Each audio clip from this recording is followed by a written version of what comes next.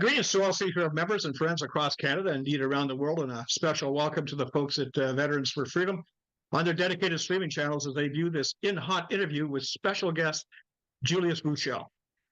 Julius is no stranger to our in-hot sessions as he provided his able wingman status when we rolled in hot on fake claims associated with the pandemic of the unvaccinated. Remember that? That was back in the summer of 2021. And then again, we rolled in a few months later on the subject of the psychology of fear. Remember that fear was being used to frighten the good folk of Canada into rolling over for jabs that were both experimental and devoid of any long-term studies. Today, we have the good fortune to discuss Julius's latest analytical offering in the form of his book, just released within the past couple of days, Plunderers of the Earth. I think we can only describe this book as a magnum opus critique, a masterstroke on the crusade against carbon dioxide that has emerged from the toxic marriage between science, politics, and corporate interests. This follows his two other books, Grass-Fed Cattle, How to Produce and Market Natural Beef, and Autopsy of a Pandemic, The Lies, the Gamble, and the COVID-0 Con. Plunderers is representative of Julius's unique ability to collate complex issues from a wide swath of domains as varied as geology, agriculture, astronomy, politics, and even evolution to comprehensively suss out the truth of our so-called climate change crisis. I have always seen Julius's work as a national treasure, given his analytical acumen and his tenacious search for the truth. This book demonstrates that my assessment is more than warranted. Plunderers is sectioned into two parts, with the first discussing the deconstruction of the current climate change narrative, while the second deals with the reconstruction of a new narrative based solely on factual evidence devoid of dogma and political spin. Deconstruction commences with an apt analogy in the form of the Dust Bowl of the 1930s, and the part played by another discredited climate theory known as the rain follows the plow. Now, Julius, can you tell us what this theory was all about and how it gained its place in the sun and what its results were? But first, congratulations on the book. I was really, really impressed with it. It is a masterstroke. It is a very complex topic, but you've managed to put it in layman terms that even a cretin like myself could understand. So it was very, very well done. But back to this climate theory, the rain follows the plow. Could you expand on that, please? You bet. Well, it's good to see you, Russ. And yeah, great. So this whole rain follows the plow kind of emerged from this. Again, it's where cause and effect are confused. That just because something is correlated does not mean that the two are related. And it's as the settlements started pushing west, the climate in the prairies started to get wetter, and so those two things were basically joined as being cause and effect, when in reality this is just the natural cyclical variations of the climate that happen throughout all of Western North America, where there's various different climate cycles, but one of them is the different ocean currents that are off the western coast, like in the Pacific, that there's like a 20 to 30 year warmer phase and wetter phase, and then a 20 to 30 year drier, cooler phase. And so that just produces these long 60-year cycles, and that just happened to coincide with the Western movement. And so once that idea got welded into people's minds, an entire economy was built on that idea to be able to settle the West. And of course, for America, it became a nation-building exercise to be able to secure its hold over its Western territories to prevent Spain and France and England and everyone else from regaining any kind of toehold on the continent. So what started as just a mistaken false correlation, it ended up turning into this noble lie of how to basically secure the continent.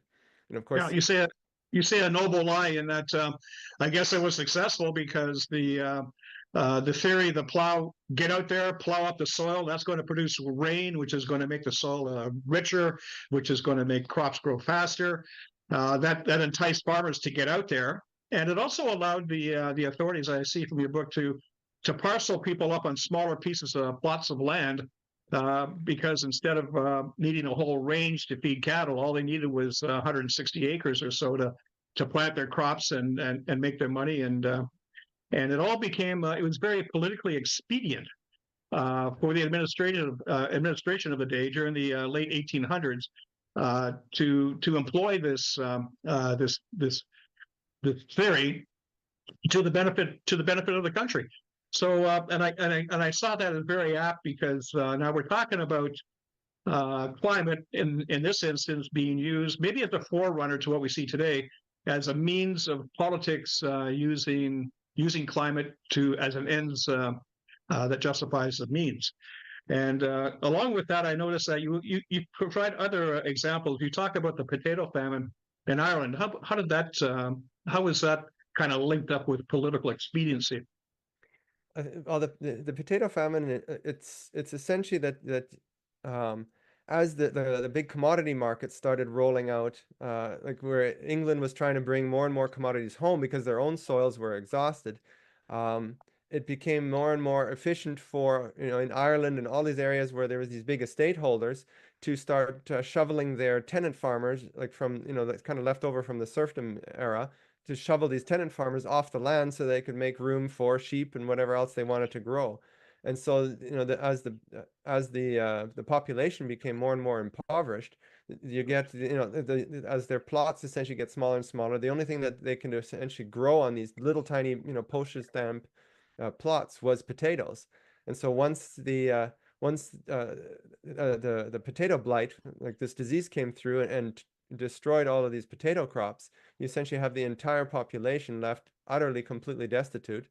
And meanwhile, of course, the political winds of that time just kept shoveling all of the agricultural produce produced by Ireland back to England, and blamed the Irish people for basically breeding too fast, and so it's their fault, which of course was a complete spin on the realities. Well, that brings forward another point. Now you're talking about the relationship between people breeding too fast and too many mouths to feed, and and philosophy. And this is the same era where we see Malthus come up with his theories that the world is a finite commodity.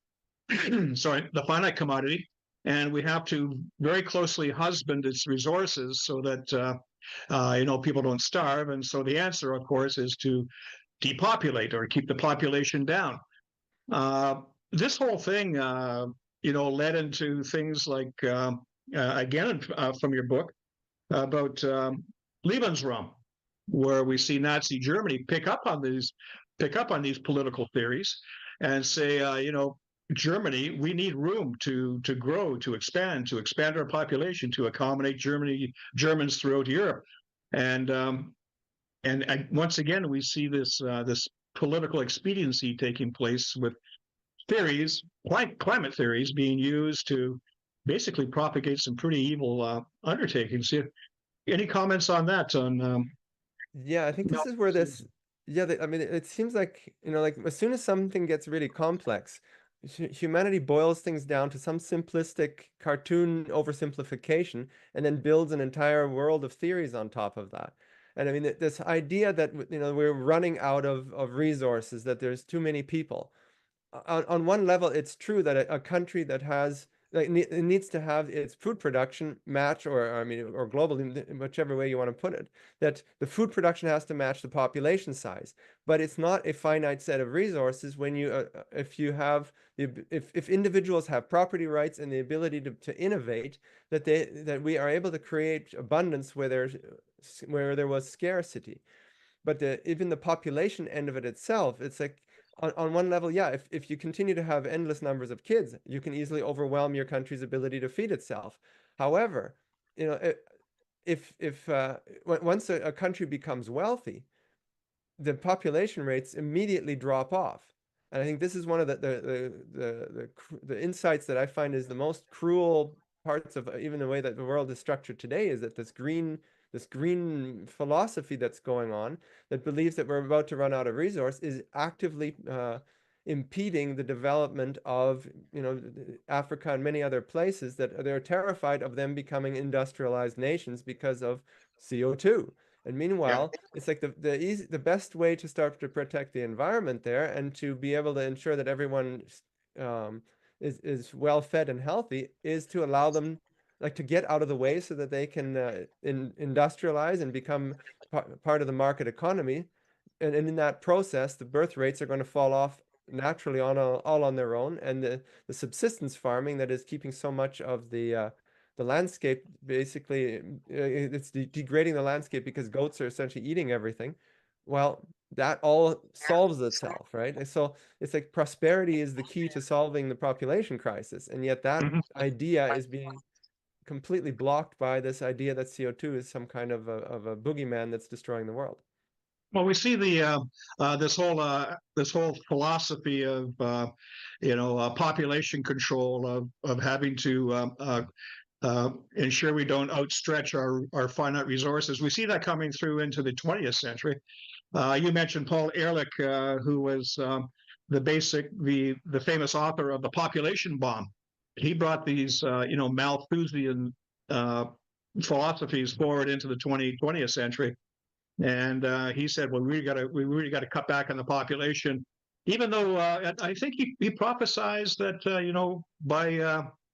um, by the end of the 20th century, we're going to, the world's going to be starving. It's going to be complete destitution, and quite frankly, the world doubled or tripled its population, and basically food production is sprung right up along with that whole thing. Right. And so we have this um, we have this situation where all this is going on. And was there any opposition to what was the plow follows the rain, or the rain follows the plow? Malthus, his thoughts, his theories. Was there any opposition?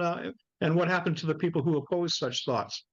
Well, like during the era of the rain follows the plow, one of the loudest voices speaking out against it was John Wesley Powell. He's the like Lake Powell in the United States was named after him. He was one of the early big geologists that I think he even led the Geologic Survey of Canada for a while.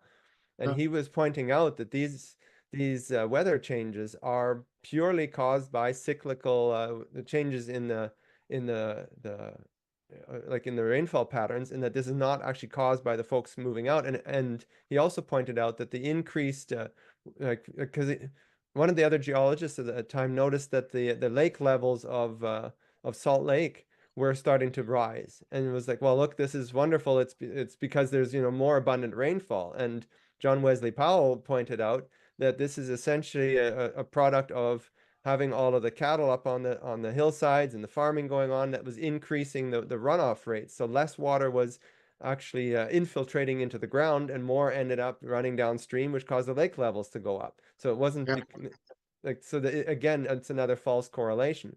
And so he was trying to point out that we needed like farms should be 2,500 acres a piece out in the West rather than 160, so that there's that room for farm families out there to change their tactics as it starts to get drier, so they can still sustain themselves during the dry phase of that cycle. Of course, nobody listened, and then as soon as like in the late 1920s and then 1930s, when it turned dry, these soils that had been completely exhausted from this relentless plowing, removing the sod, having the humus degas, it was left completely vulnerable to the dry cycle, and everything fell apart. And like the number of people that lost their homes is just extraordinary. Like there's something like 750,000 farms that went bankrupt in that era. And then we see the knock-on effect that shook itself out economically with the great crash of '29. Then we saw the tariffs being brought into play to restrict trade, to protect the economy of the United States, and ultimately World War II. I mean, the knock-on effects were just huge and hugely negative. Yeah. I think that's the other part of this, that like there's a political component as well, is that once you have the central planning coming up with a policy to settle the West, or to get all the Western farmers to grow grain for the war, and all of these grand initiatives, in the early phases of that, of course, you benefit greatly from having the wind at your back. But in reality, what you're doing is hollowing out the ability for individual farmers to do what's right for their land. And I mean, it's the same thing here in the Western forest. Like once there's the central planned idea of how to go about running an economy, the entire economy is incentivized to retool to fit that new belief system, right? And so once you have, if you invest all of your money into growing grain out on the prairie and you start seeing that it's getting drier and that your soils are falling apart, you're now financially trapped in a system that even if you know better, you can't do better, Yeah. right? Now, you talk about very interesting because you mentioned forest management, and it seems like almost every day now is in the summertime. Anytime there's a wildfire out west, we get pummeled with all this. It's climate change, climate change, climate change. This is proof of climate change. Is that the only factor that's playing out here? Is climate change is causing these wildfires? Is there anything else involved? Well, actually, that's one of the great ironies is that when you actually dig into, like, for example, the rainfall data globally, but Canada in particular, you realize that the rainfall levels have actually gone up, like since the 1940s, Okay. in all four seasons, right? And yet at the same time, you have, aquifers are definitely dropping and stream levels are falling. So it's this paradox, right? And so, I mean, one of the big factors is that by deforesting so much of our areas, and then of course the soil erosion that goes with it, we're reducing the ability for water to infiltrate into the soil. So then you have drought stress trees that end up being more vulnerable to beetle attacks, right? And then you have the monoculture plantations in the modern forestry system that has replaced.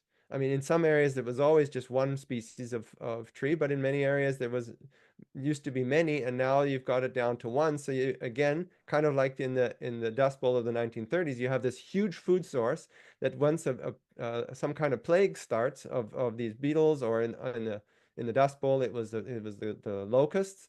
They've got this endless food supply to breed and just produce vast numbers, and then in the case of the forests, the pine beetle has essentially destroyed most of the pine trees in the province. I think it's over 50% of the trees have been destroyed. I can't remember the number exactly, but so all of these factors start to build up, and then of course the other factor is that since the 1900s we've been trying to suppress all for the first 75 years we were suppressing all forest fires, and now we start to let some burn, but there's this huge fuel load that's built up, and then of course fuel underneath, and then dry and dying trees on top. It's the perfect recipe for these vast fires.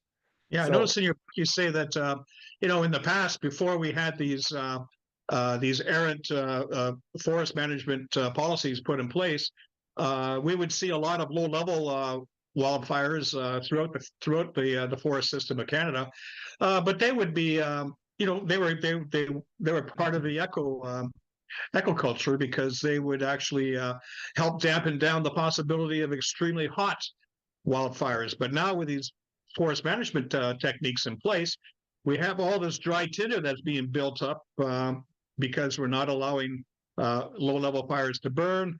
We're seeing all the destruction by pine beetles, for example, and all this becomes food for extremely hot fires that are now being blamed on climate change, but maybe not Uh, appropriately at all. well, one of the great ironies is that like in the pre-industrial era, the number of wildfires was like orders of magnitude higher than they are today, right? Something like 7% of the entire United States burned every single year. So in other words, every single patch of ground was burning on average every 14 years, Mhm. right? But at the same time, a lot of this is lower level wildfires. So you have these big fires that sweep through and clean the underbrush, and the trees are fine.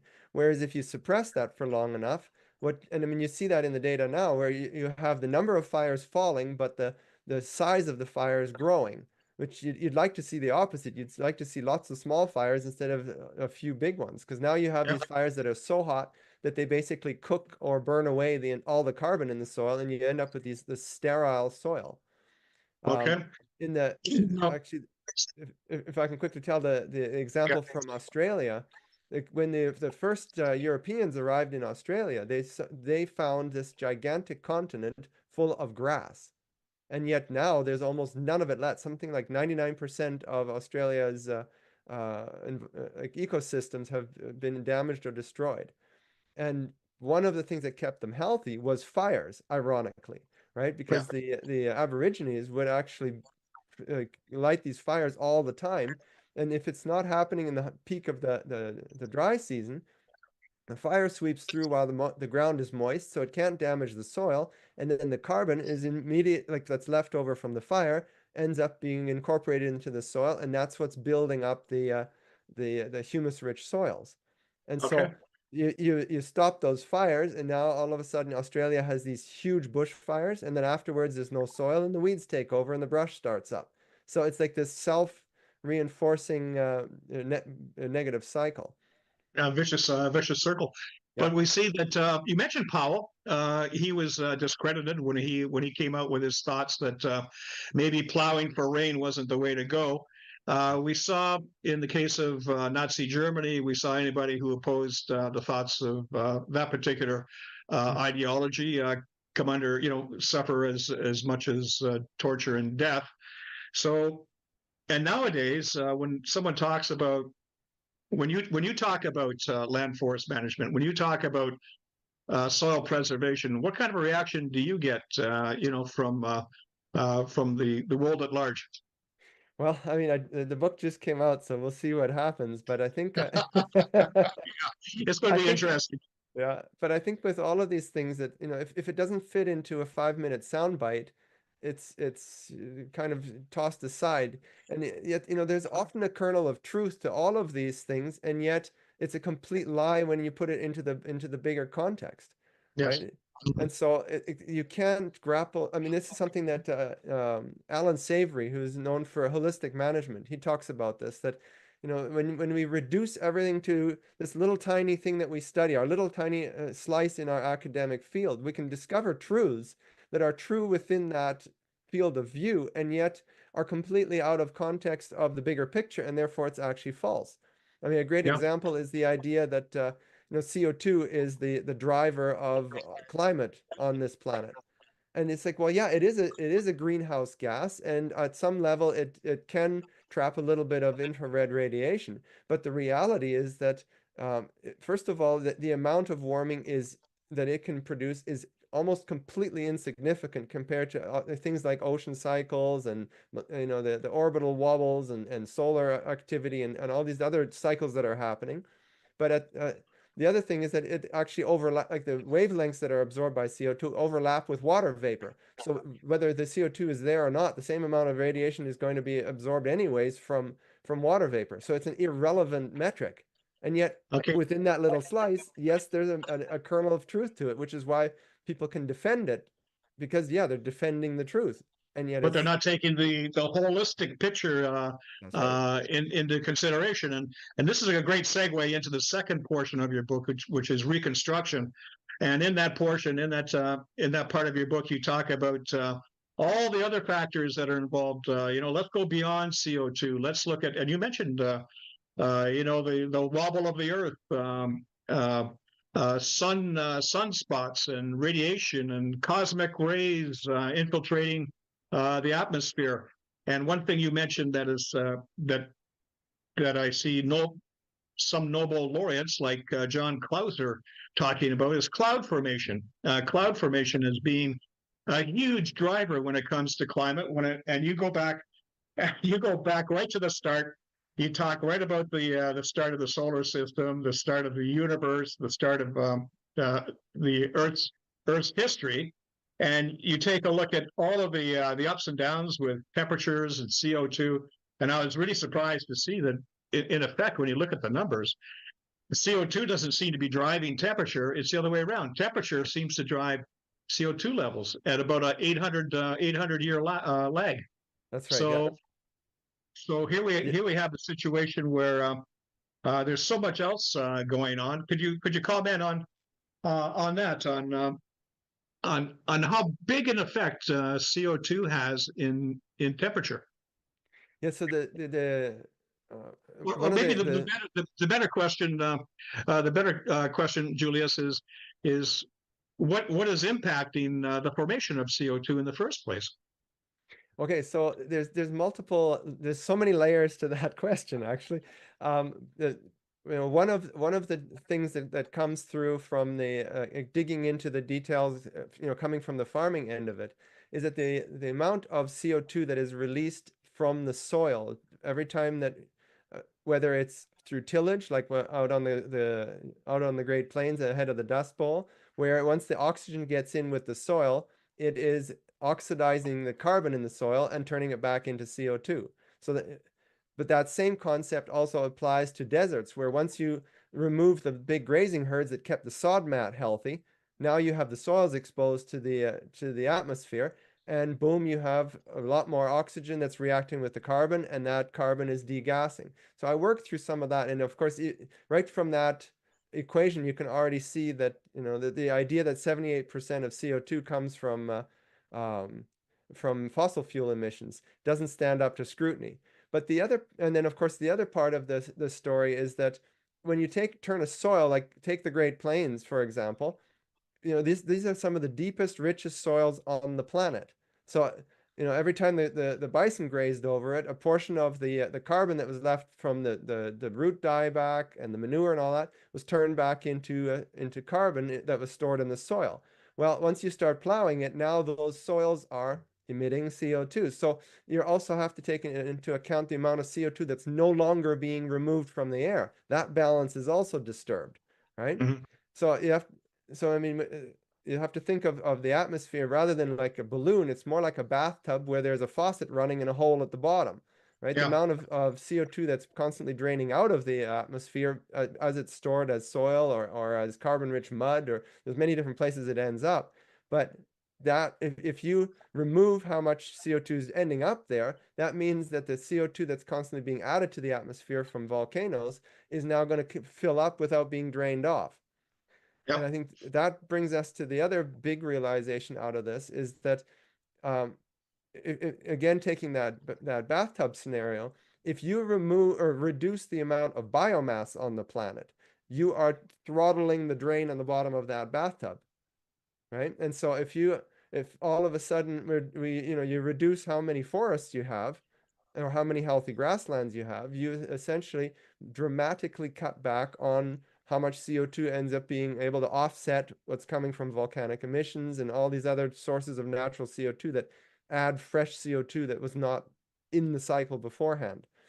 Since the 1850s, the amount of biomass on the planet is down by over 20%. Okay. Since the dawn of agriculture, it's down by about 50%.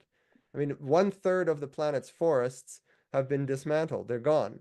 And there's only 10% of the natural grasslands left. So this is a dramatic reduction in the total amount of biomass.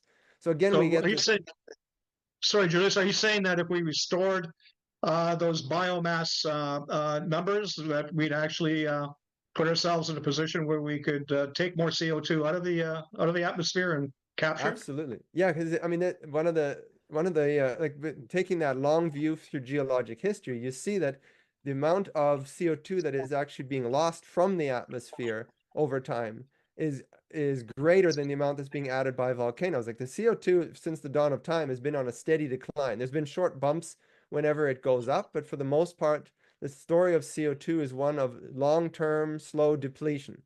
And the only time it actually ever bumps up is when you have a big reduction in biomass, like at the end of the Permian era, just before the age of the dinosaurs. You have this huge extinction event, and that's when all of a sudden CO2 goes soaring back up because there's less biomass to pull CO2 out of the atmosphere.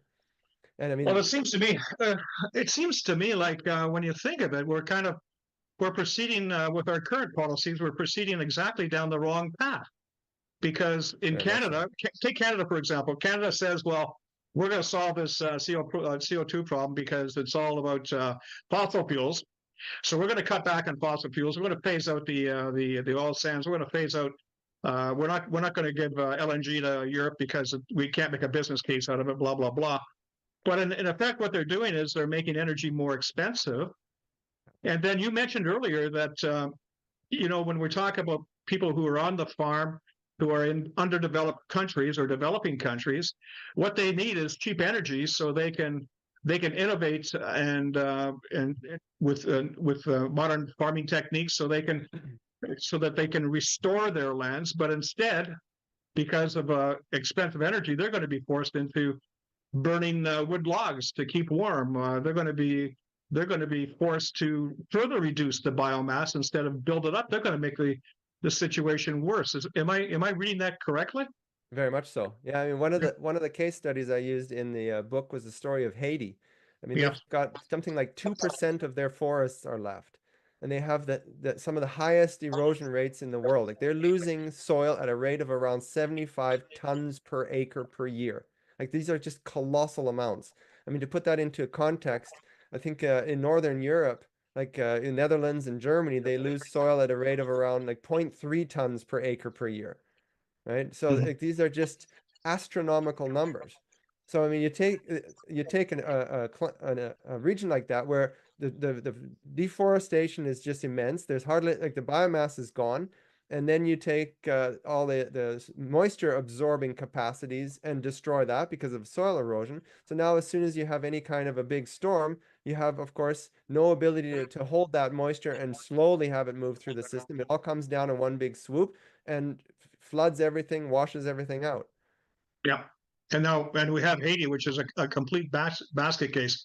And I And guess I think Haiti is also a good example of how like politics and ecosystem collapses are so closely linked.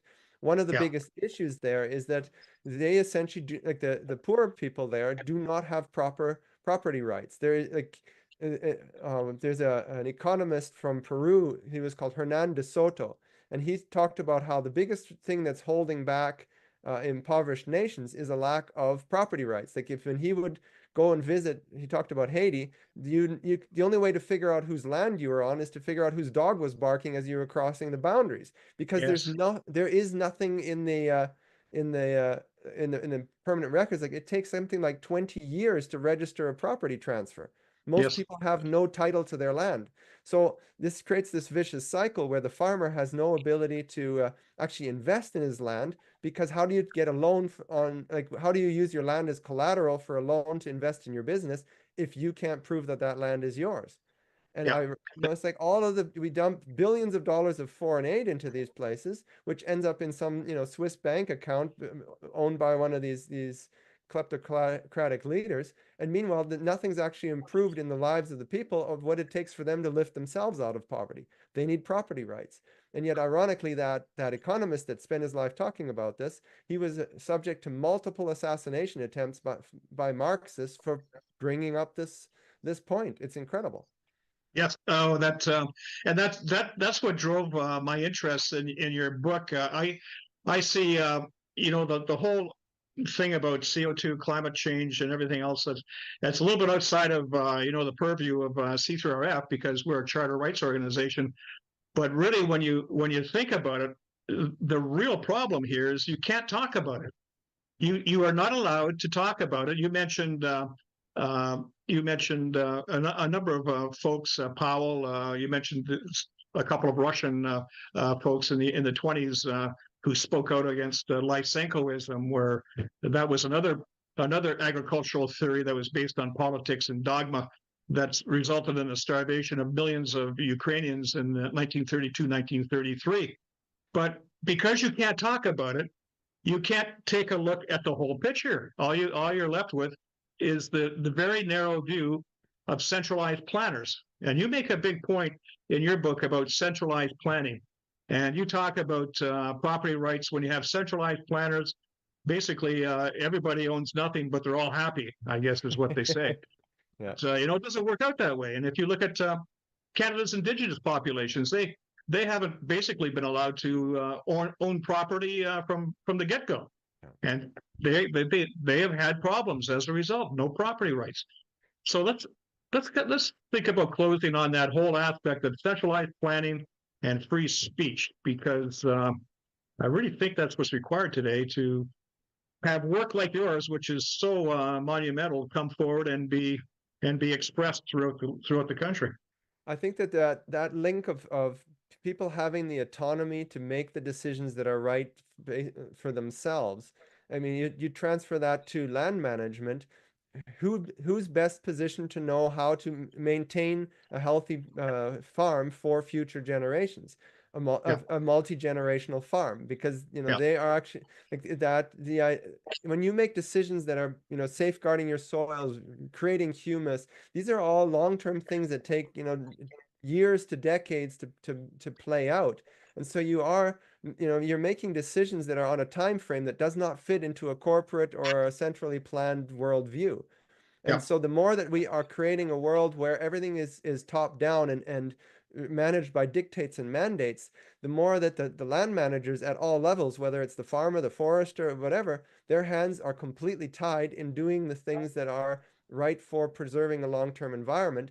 And with so many of these examples, these directives that come from the top, because they're completely divorced from reality, they end up setting these vicious circles in motion that completely hollow out the environment. Like when, Mao deciding that we need to kill all the sparrows because they're eating the grain, and next thing Yeah. you know, you have locust plagues everywhere. Like it's sort of the quintessential example of how central planning just simply does not have all the information and cannot, because you need like that local control, that individual autonomy is the only way to solve all of these problems. Otherwise, everything fits in a formula, and the reality is nothing fits in those formulas. It's all Yeah. way more complicated than what we like to make it seem.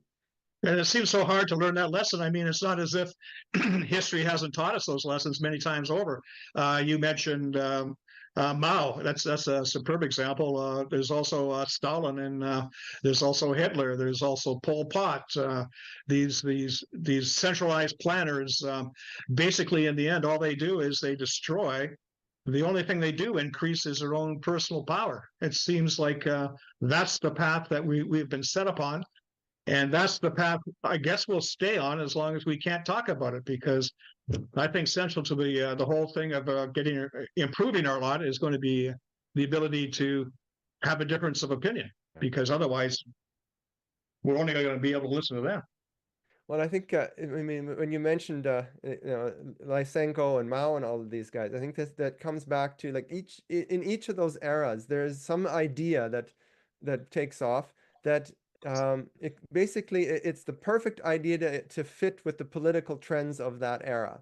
Like under Yeah. Mao and Lysenko, it was this idea that nature, like nature versus nurture, right? That you could basically nurture society or plants, and like under Lysenko, he was literally thinking that you could change plants by the pressures that you put on them. If you expose the oranges to enough frost, you can eventually grow oranges at the Arctic Circle. I mean, this was Yeah. literally the plan, right? But it's Yeah. the same idea where they were trying to reshape society, get rid of its of history and traditions, and create this new utopia. So the scientific ideas fit with the political ideas, and that's why those ideas take off. And I think in our era, it's the same thing where the climate theories are essentially this noble eye, this grand story of why we need to continue to centralize power. It's the cover story for this massive centralization, expansion of bureaucracy, and ultimately the stripping of individual autonomy away from individual citizens.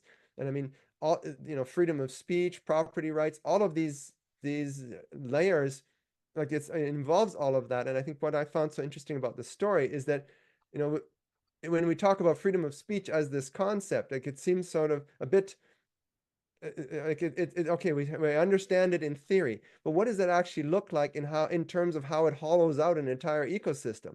There's this Yeah. long string of like it starts a snowball rolling, and you don't even see it because it happens so slowly, and yet that's literally what turns a thriving island like Haiti into a complete disaster over a couple of generations. And we're watching that play out on so many levels, from wildfires to soil erosion. That's what happens when you don't have freedom of speech and all of these other civil rights. That's so true, and we're seeing it now because from the numbers you put forward in your book, you talk about the narrative says that increasing CO2 levels are because of fossil fuels, but I see from your numbers like you can maybe attribute about 14% of that increase to fossil fuels. There's another 86% that's non-fossil fuel, and you mentioned a couple of them. Soil erosion, volcanoes. There's a lot going on in the world, Yeah. and maybe the way forward. Can you imagine if all of a sudden we find out that the way forward is to restore our biomass, and and have cheap energy at the same time. What a concept, eh? Yeah, very much so. Very much so. Okay. On that, congratulations once again on the book. I'm going to, I got the Oh, book here. I'm thank you so much. going to Yeah. show the folks. Like, you get through it in a couple hours anyway. So, as I say, it's a master stroke, Julius, and I was very, very honored to take it on board and have a chance to read it. Is there anything C3F members can do or should be aware of to help you out in your endeavors to get this message out? Yeah, I mean, first of all, to subscribe to my on my website, I have a free email notification so that they can be updated of what's going on. And I'm most active on social media on Twitter, or well, Yeah. X now. So that's probably the best spot to kind of keep up with what I'm doing. And Mhm. yeah, and so the book is available through Amazon at the moment, and then eventually it'll make its way to bookstores, the ones that choose to carry it. But for now, Okay. it's both ebook and print on Amazon. Okay. Much appreciated. What a great pleasure to talk to you again, Julius. And we're going to have to keep this up because you're coming out with some pretty good stuff. Thank you so much. I really appreciate it. It was good seeing you again. Okay. Bye for now. Bye for now.